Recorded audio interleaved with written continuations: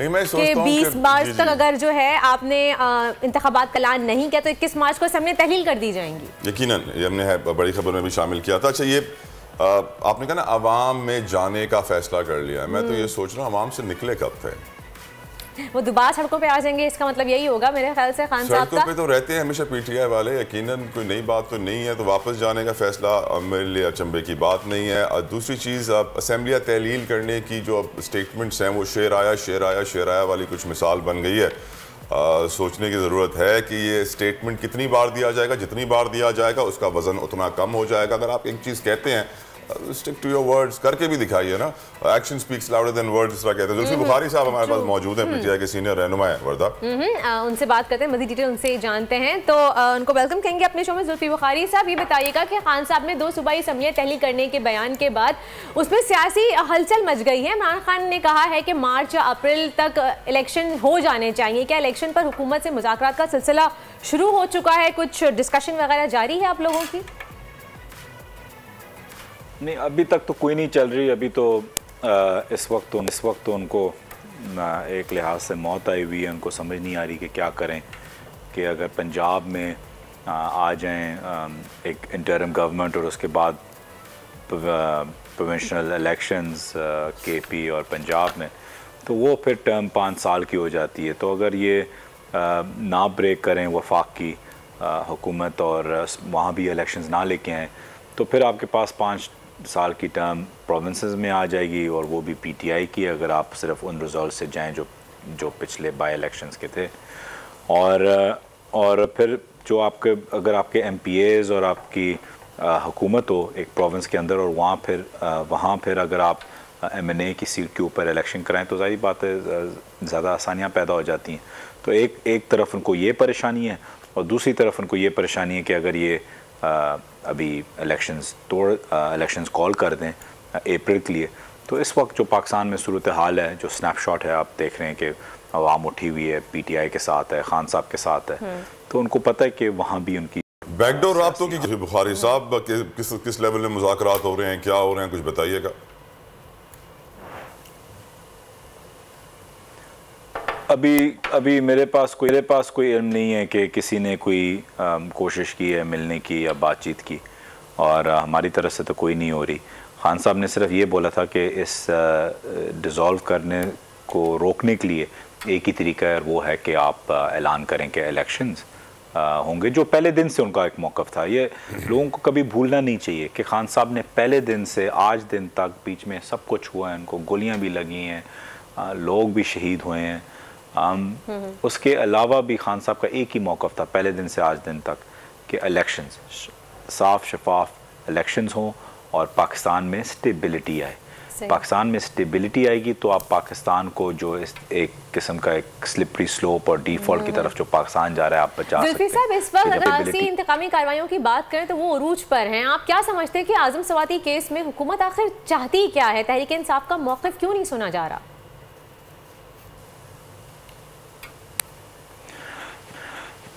देखें, वो इंग्लिश में टर्म है थिन स्किन, और उसका मतलब ये है कि आप में हौसला नहीं होता कोई तनकीद या किसी चीज़ का। अब आज़म सवाती साहब के साथ जो हुआ है, अगर उसके बाद अगर उन्होंने अपना एंगर, उनका गुस्सा अगर उन्हें वेंट किया है, तो एक इंसानों में, बंदे में ठहराव होना चाहिए उस चीज़ को सुनने के लिए। जो खौफनाक इंसिडेंट आज़म सवाती साहब के साथ हुआ है, मैं आपको बताऊँ कि कोई चीज़ ने मुझे पता है कि बाकी पाकिस्तान के अंदर किसी को नहीं हिलाया, वो आज़म सवाती वाला था, क्योंकि वो डायरेक्ट आपकी फैमिलीज़ और जो आपकी एक सेक्रेड और एक हमारे में जो एक कल्चर है, दीन है, वो उस चीज़ को ब्रेक किया, जो पहले कभी भी ऐसे नहीं हुआ, चाहे आप जितने भी मुखालिफ हों एक दूसरे के या जो भी सूरत हाल हो। तो वो बहुत खौफनाक वाक़या था, और उसमें आज़म सवाती साहब ने अपना गुस्सा इज़हार किया, और उसके बाद उनके साथ 30 FIRs और हर मुल्क के हर प्रोविंस के अंदर उनको फिरा रहे हैं, और एक दहशतगर्द से भी बुरा सलूक उनके साथ किया जा रहा है। और वो एक बहुत ही बहादुर इंसान है और वो उस पर खड़े हुए हैं, लेकिन ये ज़्यादती है हर लिहाज से। इस वक्त जो एक किस्म के गले पे दबाव आया हुआ है हर इंसान पे, जो सूरत हाल है पाकिस्तान की, ये वो पाकिस्तान नहीं है जो 18 महीने पहले आपके पास था। ये वो पाकिस्तान नहीं है जहाँ हम टूरिज़म की बात कर रहे थे, ये वो पाकिस्तान नहीं है जो हम कह रहे थे कि खोल के रखें, फॉरेनर्स आएँ, पाकिस्तानी आएँ, पूरा एक आपका इकोनॉमिक आपका सेक्टर चल रहा था, पूरा एक हर सेक्टर के अंदर आप देख रहे थे कि प्रोग्रेसिवनेस थी, ठीक है, बेहतरी भी हो सकती थी। उस वक्त की महंगाई हमें इतनी काट रही थी और आज की महंगाई से अगर आप कंपेयर करें तो वो तो जन्नत लगती है। तो ये सारी चीज़ें हम पे डाली गई और इस इम्पोर्टेड हुकूमत की वजह से, और सिर्फ कि नैब के अमेंडमेंट्स हो सके, NRO 2 आ जाए और ये अपने सारे जो इनके जो डाकू चोरी के केसेस थे ये अपने बचा सके और उनके सारे केसेस बंद हो चुके, सिर्फ और सिर्फ ये नैब की अमेंडमेंट्स।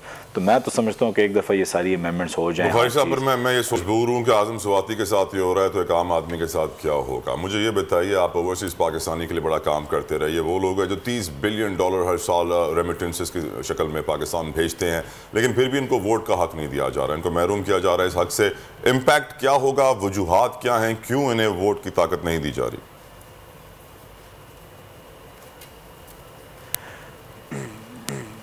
इनने दो चीज़ें की।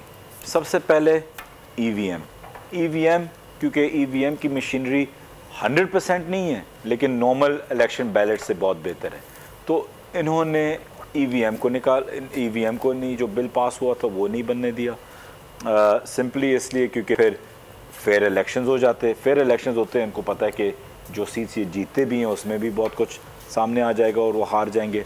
दूसरी चीज़, ओवरसीज़ के वोटिंग राइट्स। अब ये आपको समझने की ज़रूरत है, ओवरसीज़ की वोटिंग राइट्स। अगर आप बोलें कि हमारा डायस्पोरा रफली 10 मिलियन का है, 10 मिलियन पाकिस्तानी ओवरसीज़ पाकिस्तानी बाहर हैं, फॉर एग्ज़ाम्पल 9 to 10 मिलियन, उनमें से 6 मिलियन आपके बेसिकली रिसाइड करते हैं GCC मुल्क में, सऊदी, UAE, कतर।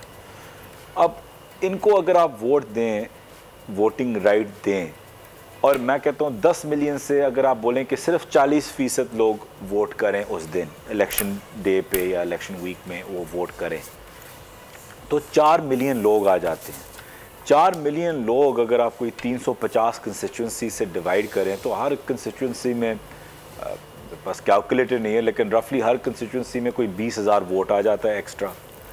हम 1 से 70 सीटें हम हारे हैं जो 5,000 वोट से कम थी। जो ये शहबाज शरीफ बार बार, मुझे याद है, मुझे भी जब मैं मिनिस्ट्री में था मुझे बार बार ये तनकीद में भी की जाती थी कि इनको स्पेशल सीट्स दे दें।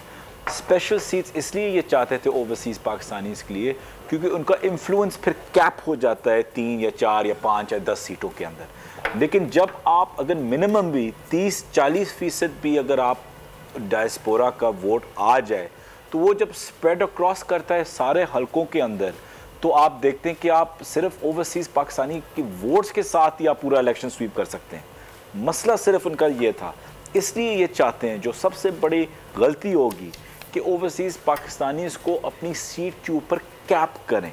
अगर आप कैप करेंगे इसका मतलब है कि आपकी जो आवाज़ होगी, जो आपकी स्वेट इक्विटी होती है, जो आपका हक होता है अपने मुल्क के अंदर, वो कैप हो जाता है टू लिमिटेशन के अंदर, जब होनी नहीं चाहिए। आपका वोट उतना ही वैल्यूबल है जितना लोकल एक पाकिस्तानी। अग्रीड। बहुत बहुत शुक्रिया, बहुत बहुत शुक्रिया। जुल्फी बुखारी साहब हमारे साथ मौजूद। तारीख में पहली बार इमरान खान, आसिफ अली जरदारी, शहबाज शरीफ, मरियम नवाज, मौलाना फजल रहमान और बिलावल भुट्टो सब एक साथ चल रहे हैं सिर्फ बोल पर। सबसे ज्यादा व्यूज और सबसे ज्यादा रेटिंग के साथ बोल आज भी रहा नंबर 1 पर। सब्सक्राइब करें और बेल दबाएं ताकि कोई खबर रह न जाए।